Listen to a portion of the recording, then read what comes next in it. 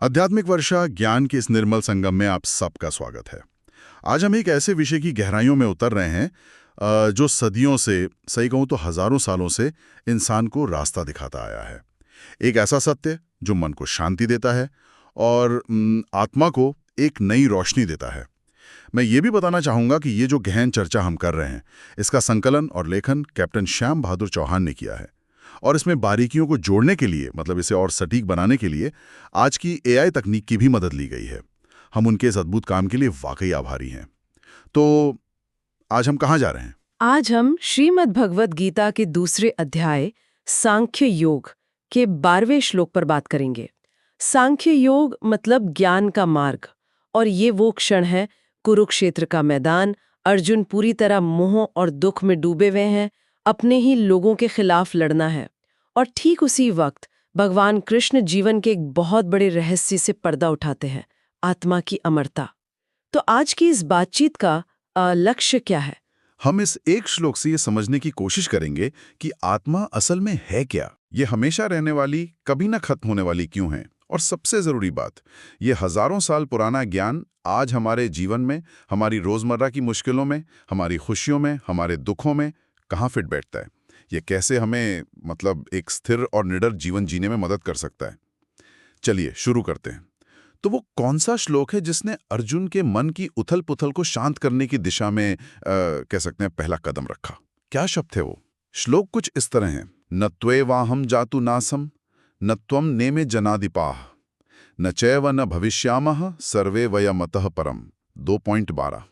संस्कृत का उच्चारण थोड़ा मुश्किल हो सकता है, अभ्यास चाहिए, पर इसका जो भाव है वो दिल को छू जाता है। क्या हम इसके अर्थ को थोड़ा और आसान भाषा में समझ सकते हैं? हाँ, बिल्कुल। ये श्लोक अपने आप में एक पूरा दर्शन है। देखिए, इसके शब्दों को अगर हम तोड़कर देखें तो मतलब साफ हो जाता है। न तू एवं अहम जातु न आसम। इसका मतलब है, ऐसा कभी नहीं हुआ कि मैं यानी कृष्ण किसी भी समय में नहीं था। अच्छा। न त्वम, नहीं ऐसा था कि तुम यानी अर्जुन कभी नहीं थे। न इमे जनाधिपा, और न ही ऐसा था कि ये सब राजा महाराजा जो यहाँ हैं वो कभी नहीं थे। और फिर कृष्ण भविष्य की बात करते हैं। देखिए, न चैव न भविष्यामः सर्वे वयम अतः परम। और ऐसा भी कभी नहीं होगा कि भविष्य में हम सब इस शरीर के खत्म हो जाने के बाद नहीं रहेंगे। ओह। तो सीधे शब्दों में कहें तो भगवान कृष्ण बहुत साफ साफ और मजबूती से कह रहे हैं, मैं, तुम और ये जितने भी योद्धा यहाँ खड़े हैं, हम सब का होना किसी एक समय तक ही सीमित नहीं है। हम पहले भी थे, अभी भी हैं और आगे भी रहेंगे। ये जो शरीर है ना, जिसे हम मैं समझ लेते हैं, वो तो बस एक, यूं समझिए, कपड़े की तरह है जिसे आत्मा बदलती रहती है। हाँ। लेकिन वो चीज जो इस शरीर में है, वो तत्व जिसे हम आत्मा कहते हैं, वो शाश्वत है, सनातन है। उसका न कभी जन्म होता है, न कभी मृत्यु। वो अजन्मा है, नित्य है, हमेशा रहने वाली है और सबसे पुरानी है। ये तो बहुत बहुत ही बड़ी बात है, खासकर उस पल में जब अर्जुन मौत और तबाही के डर से कांप रहे थे। तो ये बात ठीक उसी वक्त कहने का क्या खास मतलब था? क्या ये सिर्फ एक फिलॉसफिकल पॉइंट था या कुछ और भी? आपका ये सवाल बिल्कुल सही है। ये सिर्फ कोरा दर्शन नहीं था, ये उस वक्त की, उस क्षण की जरूरत थी। आप सोचिए, अर्जुन कहाँ खड़े हैं? युद्ध के मैदान के बीचों बीच। सामने कौन है? उनके अपने गुरु, उनके दादा, उनके भाई, रिश्तेदार। उनके मन में एक भयानक मोह, एक अटैचमेंट पैदा हो गया है। मैं इनको कैसे मार सकता हूँ? इनको मारकर मुझे क्या मिलेगा? ये तो बहुत बड़ा पाप होगा, है ना? हाँ, बिल्कुल। इस मोह और दुख ने उनके विवेक को, उनकी समझ को ढक लिया था। वो अपने क्षत्रिय धर्म से, अपनी ड्यूटी से पीछे हट रहे थे। अच्छा। ऐसे में भगवान कृष्ण इस श्लोक से अर्जुन की जो चेतना है, जो सोच है, उसको शरीर के लेवल से ऊपर उठाकर आत्मा के लेवल पर ला रहे हैं। वो कह रहे हैं, अर्जुन, तुम जिसे मारने या मरने वाला समझ रहे हो, वो तो सिर्फ ये बाहर का शरीर है, जो वैसे भी एक ना एक दिन खत्म होना ही है। तुम दुख किसका कर रहे हो? जो असली चीज है आत्मा, वो तो ना मरती है, ना उसे कोई मार सकता है। ये ज्ञान अर्जुन को उनके उस वक्त के इमोशनल उथल-पुथल से बाहर निकालकर उन्हें अपने असली स्वरूप का और अपनी ड्यूटी का एहसास दिलाने का एक बहुत शक्तिशाली तरीका था। ये असल में आत्मज्ञान की पूरी यात्रा की नींव है, जो गीता में आगे और खुलती है। अच्छा, तो मतलब ये ज्ञान सिर्फ मौत के डर को हटाने के लिए नहीं था, बल्कि अपनी ड्यूटी पर, अपने धर्म पर टिके रहने की हिम्मत देने के लिए भी था। कमाल है। लेकिन क्या सबने इस श्लोक को ऐसे ही समझा है? इतने सारे बड़े बड़े ज्ञानी हुए हैं जिन्होंने गीता पर लिखा है, क्या उनके नजरिए में कुछ फर्क है? यहाँ से बात और दिलचस्प हो जाती है शायद। हाँ बिल्कुल, ये सवाल बहुत जरूरी है और यहीं गीता की यूनिवर्सैलिटी, उसकी गहराई नजर आती है। अलग अलग आचार्यों ने, संतों ने अपने अपने फिलोसॉफिकल व्यू पॉइंट और अपने आध्यात्मिक अनुभव के आधार पर इस श्लोक की व्याख्या की है, और हर व्याख्या इसके एक नए पहलू को उजागर करती है। ये कुछ ऐसा है जैसे एक ही हीरा हो और उसे अलग अलग एंगल से देखो तो नई नई चमक दिखती है। वाह। जैसे उदाहरण के लिए आदि शंकराचार्य को लेते हैं। वो अद्वैत वेदांत के सबसे बड़े नाम हैं। वो जब इस श्लोक को देखते हैं तो कहते हैं कि यहाँ अहम, मैं, त्वम, तुम, इमे, ये सब का असली मतलब सिर्फ कृष्ण, अर्जुन या राजाओं के शरीरों तक ही सीमित नहीं है। अच्छा। असल में ये उस एक अद्वैत निराकार निर्विकार पर ब्रह्म की तरफ इशारा है जो हम सबके शरीरों में आत्मा के रूप में मौजूद है। शरीर तो आते जाते रहते हैं, लहरों की तरह बनते बिगड़ते हैं, लेकिन उन सबके अंदर जो वो ब्रह्म रूपी आत्मा है वो हमेशा एक जैसी रहती है, बदलती नहीं। ये सीधा सीधा उनके ब्रह्म सत्यम जगन मिथ्या के सिद्धांत को मजबूत करता है। यानी ब्रह्म ही असली सत्य है और ये दुनिया जो दिख रही है ये बदलने वाली है, मिथ्या है। अद्वैत दृष्टि। और कोई और व्याख्या, जैसे संत ज्ञानेश्वर? हाँ, महाराष्ट्र के महान संत ज्ञानेश्वर महाराज, उनकी ज्ञानेश्वरी तो अद्भुत है। वो इसे बड़े ही प्यारे काव्यात्मक तरीके से समझाते हैं। वो सूरज और उसकी रोशनी का उदाहरण देते हैं। वो पूछते हैं, क्या सूरज डूबने पर सूरज की रोशनी खत्म हो जाती है? नहीं तो। नहीं, वो हमारी आंखों से छिप जरूर जाती है पर खत्म नहीं होती, सुबह फिर निकल आती है ना? ठीक वैसे ही मौत जो है वो शरीर का अंत है, आत्मा का नहीं। आत्मा तो बस एक शरीर रूपी कपड़ा छोड़कर दूसरा पहन लेती है या अपने असली स्रोत में वापस चली जाती है। मौत तो बस एक पड़ाव है, सफर का अंत नहीं। सूरज की रोशनी का उदाहरण ये तो बहुत आसानी से समझ आता है। और आजकल के लॉजिकल दिमाग के लिए कोई व्याख्या, कोई मॉडर्न एंगल? बिल्कुल है। स्वामी विवेकानंद, जो वेदांत को प्रैक्टिकल बनाने के लिए जाने जाते हैं, उन्होंने इस श्लोक को आप कह सकते हैं मॉडर्न साइंस के नजरिए से भी समझाया। वो इसकी तुलना ऊर्जा संरक्षण के नियम यानी law of conservation of energy से करते हैं। ओह, अच्छा। हाँ, विज्ञान कहता है कि एनर्जी ना तो पैदा की जा सकती है, न ही खत्म की जा सकती, सिर्फ उसका रूप बदलता है। स्वामी जी कहते हैं आत्मा भी एक ऐसी ही कभी ना खत्म होने वाली आध्यात्मिक ऊर्जा है। शरीर बदलता है जैसे ऊर्जा का रूप बदलता है, पर आत्मा रूपी ऊर्जा हमेशा रहती है। और विवेकानंद के हिसाब से ये ज्ञान इंसान को निडर बना देता है, अभय। जब ये समझ आ जाए कि मेरा असली रूप अमर है, तो फिर डर किस बात का? फेल होने का डर, मौत का डर, ये सब फिजूल लगने लगते हैं। ये तो बहुत प्रैक्टिकल बात है। एक और नजरिया है स्वामी अड़गड़ानंद जी का। उनकी गीता यथार्थ रूप काफी पढ़ी जाती है। वो इस श्लोक को साक्षी भाव की साधना से जोड़ते हैं। वो कहते हैं कि कृष्ण यहाँ अर्जुन को याद दिला रहे हैं कि हम सब, सर्वे वयम का असली स्वरूप ये बदलने वाला शरीर, ये चंचल मन, ये इंद्रियां नहीं है। ये सब तो प्रकृति का खेल है, आते जाते रहते हैं। तो फिर हम क्या हैं? हमारा सच्चा मैं तो इन सब का देखने वाला है, दृष्टा है, साक्षी है। वो जो इन सारे बदलावों को देखता है पर खुद नहीं बदलता, और साक्षी कभी नष्ट नहीं होता।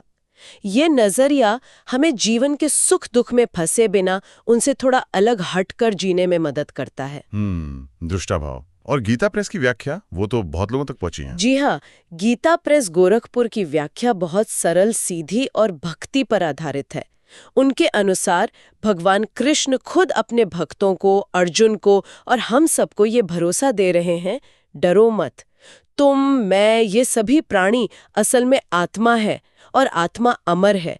शरीर आते जाते रहते हैं, आत्मा पर कोई असर नहीं पड़ता। इसलिए हे अर्जुन, तुम बेकार का दुख और मोह छोड़कर अपनी ड्यूटी निभाओ, मुझ पर भरोसा रखो। ये सीधा आश्वासन भक्त के दिल में गहरा विश्वास पैदा करता है। कमाल है, मतलब एक ही श्लोक और कितनी सारी परतें। अद्वैत का गहरा दर्शन, भक्ति का भरोसा, कर्मयोग की प्रेरणा, ज्ञान योग की रोशनी और साक्षी भाव की साधना। अद्भुत। लेकिन यहाँ एक प्रैक्टिकल सवाल आता है। ये ज्ञान जो हजारों साल पहले कुरुक्षेत्र के मैदान में दिया गया था, वो आज के हमारे इस मॉडर्न, तेज रफ्तार, तनाव से भरे जीवन में कहाँ फिट होता है? आज की हमारी भाग दौड़, हमारी चिंताएं, हमारी कॉम्पिटिटिवनेस, क्या ये ज्ञान उनमें कोई सच में मदद कर सकता है? ये सवाल बहुत ही जायज़ है और मेरा मानना है कि इस ज्ञान की रेलेवेंस आज शायद पहले से भी कहीं ज़्यादा है। हाँ, ये सच है कि हमारे जीवन की बाहरी परिस्थितियां बदल गई हैं, टेक्नोलॉजी आ गई है, रफ्तार बढ़ गई है, लेकिन इंसान की जो मूल आंतरिक चुनौतियां हैं, जैसे डर, असुरक्षा का भाव, दुख, जीवन का मतलब ढूंढना, वो तो आज भी वैसे ही हैं, शायद बढ़ ही गई हैं। और ये श्लोक इन चुनौतियों का सामना करने के लिए एक बहुत मजबूत नींव देता है। कैसे? देखिए, पहला और सबसे सीधा फायदा है मानसिक शांति और स्थिरता। आज हम जिस युग में जी रहे हैं वो अनिश्चितताओं से भरा है ना? करियर का टेंशन, रिश्तों में उथल-पुथल, सेहत की चिंताएं और सबसे बढ़कर मौत का एक अनकहा सा डर, ये सब हमारे मन को लगातार परेशान रखते हैं।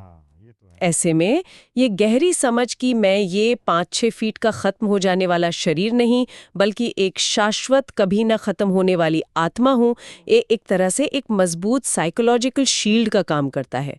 ये हमें जीवन में आने वाले बदलावों, फेलियर, नुकसान और यहाँ तक कि अपने प्रियजनों के बिछड़ने या अपनी मौत के ख्याल से भी एक हद तक निडर बनाता है। ये हमें सिखाता है कि हमारा असली अस्तित्व इन सब से परे है। इससे एक गजब की अंदरूनी शांति और स्थिरता मिलती है। हाँ, ये असुरक्षा के भाव को जरूर कम कर सकता है। और समाज के लेवल पर इसका क्या असर हो सकता है? कुछ है? समाज के लेवल पर तो इसका असर क्रांतिकारी हो सकता है और यहीं मानव कल्याण वाली बात सामने आती है। जरा सोचिए, अगर हम सब ये मानने लगे कि हर इंसान, चाहे वो किसी भी जाति का हो, धर्म का हो, लिंग, रंग या अमीर गरीब कैसा भी हो, वो असल में वही अमर आत्मा है जो मेरे अंदर है, तो क्या होगा? सारे भेदभाव की जड़ें ही हिल जाएंगी। ऊंच नीच, छुआछूत, नस्लवाद, मजहबी झगड़े, इन सब का आधार क्या है? यही ना कि हम इंसान को उसके बाहरी शरीर या उसकी पहचान से देखते हैं। लेकिन जब नजर आत्मा पर टिकती है तो सारे फर्क मिट जाते हैं। तब हर जीव में अपना ही रूप दिखने लगता है। इससे अपने आप ही करुणा, सहानुभूति, सम्मान और वसुधैव कुटुंबकम, पूरी धरती ही एक परिवार है, की भावना जगती है। ये सही मायने में सामाजिक एकता और दुनिया में शांति लाने की चाबी है। ये तो बहुत गहरी बात है। वसुधैव कुटुंबकम तरफ पहला कदम बढ़ाने में मदद करता है। जब हम जान जाते हैं कि हम शरीर नहीं आत्मा हैं, तभी हम इस दुनिया के थोड़े समय के सुख दुख, पसंद नापसंद के बंधनों से ऊपर उठने की प्रक्रिया शुरू कर सकते हैं। ये हमें हमारी सीमित पहचान से आज़ाद करके हमारी अनंत आध्यात्मिक क्षमता का एहसास कराता है और परम सत्य, परम शांति की ओर ले जाता है। वाह, मानसिक शांति, सामाजिक एकता और आध्यात्मिक उन्नति, वाह, ये तो जीवन के लगभग हर हिस्से को छूता है। लेकिन मैं खास तौर पर आज की युवा पीढ़ी के बारे में सोच रहा हूँ। वो लोग अक्सर पढ़ाई का दबाव, करियर की रेस, सोशल मीडिया पर दूसरों से तुलना और फेल होने के डर से बहुत ज्यादा जूझते हैं। क्या उनके लिए इस श्लोक में कोई खास सीधा संदेश है जो उन्हें हिम्मत दे सके? हाँ, निश्चित रूप से। मुझे लगता है कि युवाओं के लिए ये श्लोक खास तौर पर एक बहुत पावरफुल मोटिवेशन बन सकता है।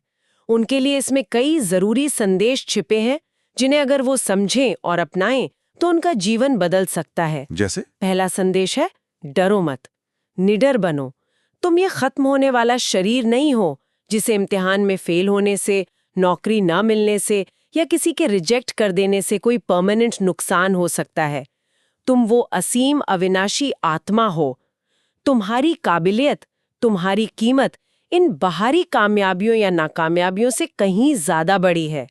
दुनिया की कोई भी चुनौती तुम्हारे असली स्वरूप को खत्म नहीं कर सकती। ये ज्ञान उन्हें फेलियर से उभरने और रिस्क लेने की हिम्मत देता है।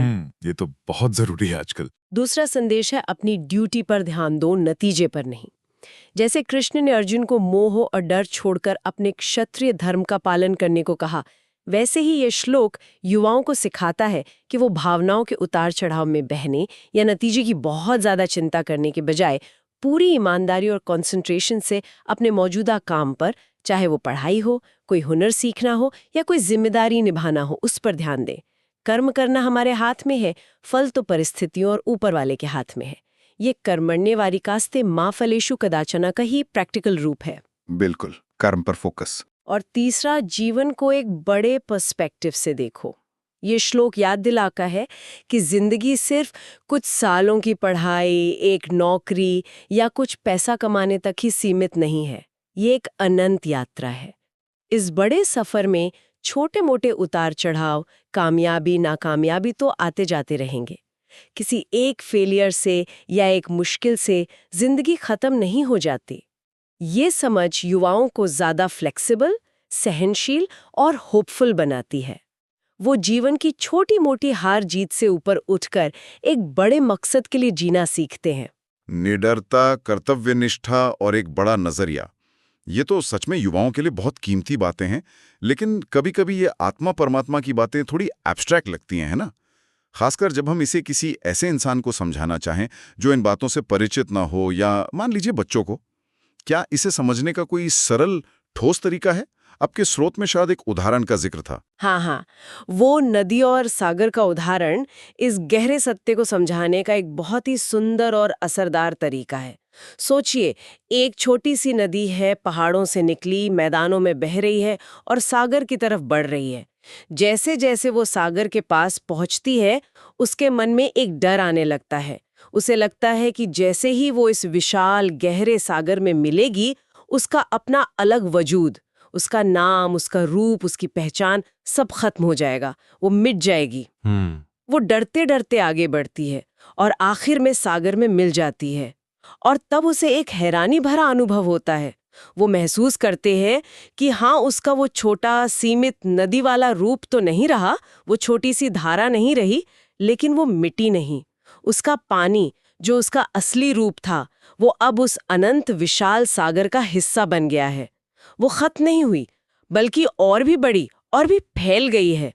पानी तो वही रहा, बस किनारों का बंधन टूट गया। वाह, क्या बात है। ठीक इसी तरह हमारा ये शरीर उस नदी की सीमित धारा की तरह है, जिसकी एक तय उम्र है, एक तय रूप है, और हमारी आत्मा उस पानी की तरह है, शाश्वत, असली तत्व। जब मौत आती है तो ये शरीर रूपी धारा खत्म हो जाती है, लेकिन आत्मा रूपी पानी खत्म नहीं होता।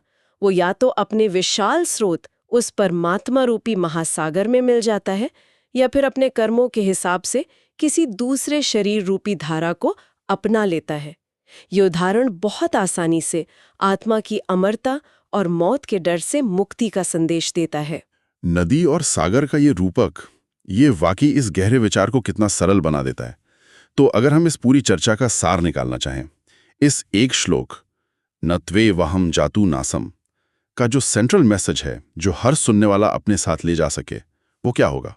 इसका सार से संदेश बहुत सीधा है, गहरा है और जीवन को बदलने की ताकत रखता है।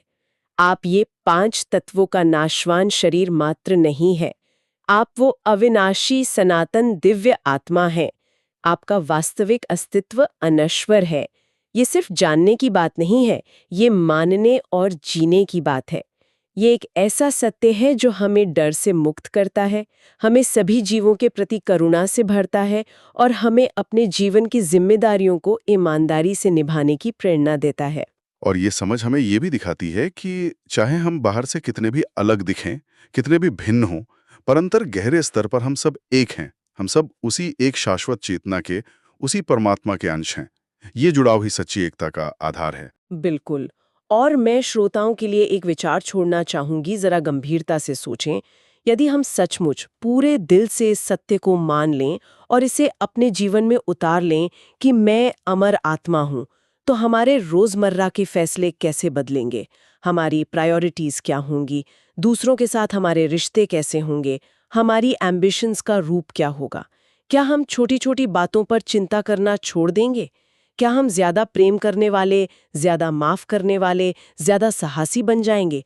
सिर्फ इस एक सवाल पर ईमानदारी से सोचना भी हमारे जीवन में एक बड़ा बदलाव ला सकता है। इस गहरे और जीवन को छूने वाले ज्ञान को इतने साफ और व्यवस्थित तरीके से संकलित करने के लिए हम एक बार फिर कैप्टन श्याम बहादुर चौहान का दिल से आभार व्यक्त करते हैं। हमें उम्मीद है कि आज की ये आध्यात्मिक वर्षा, ज्ञान का ये पवित्र संगम आप सभी सुनने वालों के जीवन में शांति, स्पष्टता, निर्भयता और कल्याण लाएगी। ओम शांति शांति शांति।